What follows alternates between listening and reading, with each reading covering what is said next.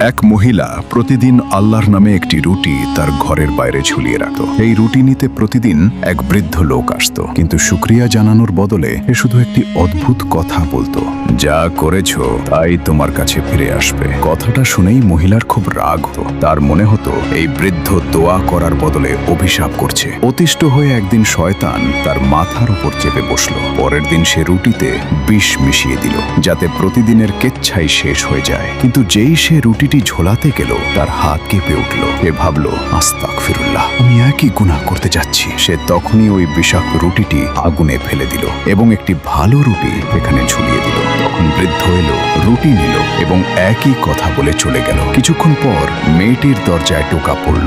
দরজায় তার ছেলে দাঁড়িয়েছিল, কাপড় ছেঁড়া এবং ক্ষুধায় বেহাল। সে লুটিয়ে পড়ে বলল, মা, আমি তো ক্ষুধায় মরেই যেতাম, কিন্তু পথে এক বৃদ্ধ লোক আমাকে তার রুটি দিয়ে দিল।